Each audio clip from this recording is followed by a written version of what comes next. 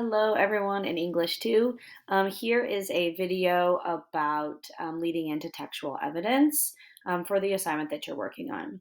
So you notice I tried to color code it, right, with red and green based on what we want to do versus what we don't want to do. So you're leading into your textual evidence when you're writing your paragraph. So your textual evidence is when you're pulling quotes from your text. And we have to lead into those properly. And you've been doing that probably for years now.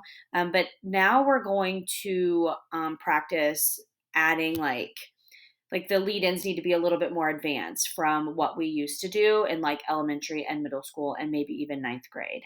Okay. So we're going to roll our quotes into our own sentences, but our sentences are going to change a little bit because you're used to writing sentences like in the text it states and according to the text or the author says.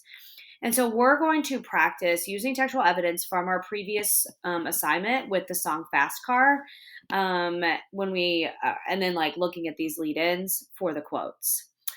So, a couple things that we want to look at under our do section is we definitely want to make sure that we're rolling the quote into our own sentence. This is called like we're properly embedding the quote. You can introduce the quote with a complete sentence beforehand, followed by a colon. But what I have highlighted in yellow is the one that we're going to focus on really for the majority of the year. And then we have to make sure that our lead ins support our quotes and flow properly, like within the context of our own writing. And then two things to keep in mind in the don't section, so I'm in the red section here, is we don't want to use our textual evidence as a topic sentence. So don't pull a quote from your text and have it be the very first sentence of your paragraph. Okay, that's the first thing. And the second thing is we do not want to write textual evidence as a standalone sentence. We want to like take pieces of it and then let it flow into our own writing. Okay. When we take pieces of it and just let it be its own sentence, that's called a dropped quote. So anytime I write that, excuse me, anytime I write that in your rubrics, that's what I'm talking about. Okay. So we have some practices here. We're finding quotes of our story or our song or a poem, whatever we're doing, and we want to try and focus on different ways to lead into the text. So, our don't section, I'm on the right side first. So, these are ways that you've maybe been doing this forever, right? Ever since you learned how to start using textual evidence in elementary school. And I like to think of this way as like training wheels because that's what your brain could handle at that time, right? So you're in fifth grade or whatever, and that's what your teacher taught you. And that's great for years.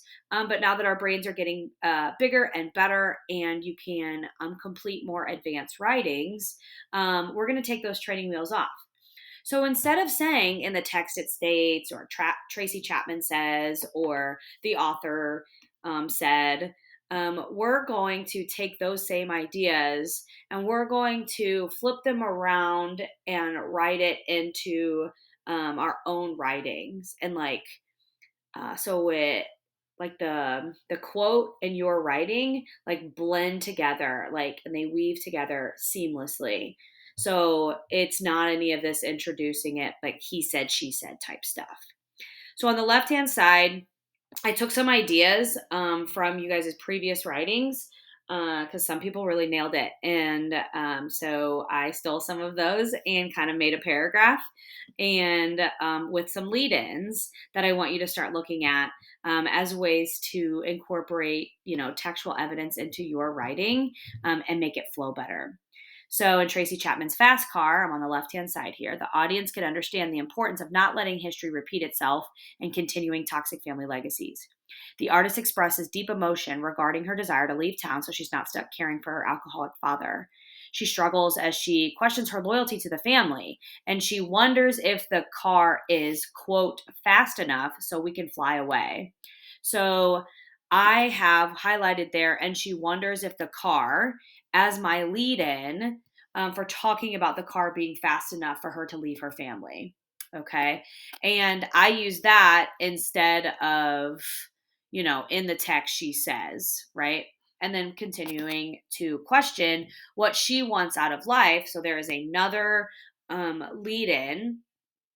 The singer wonders if she'll live and die this way. Okay.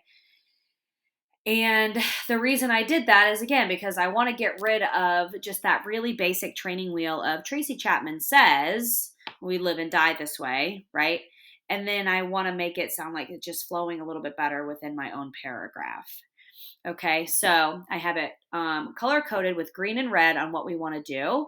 Um, and so we're leading into that quote with our own writing that matches what's going on in the story, not just he said, she said.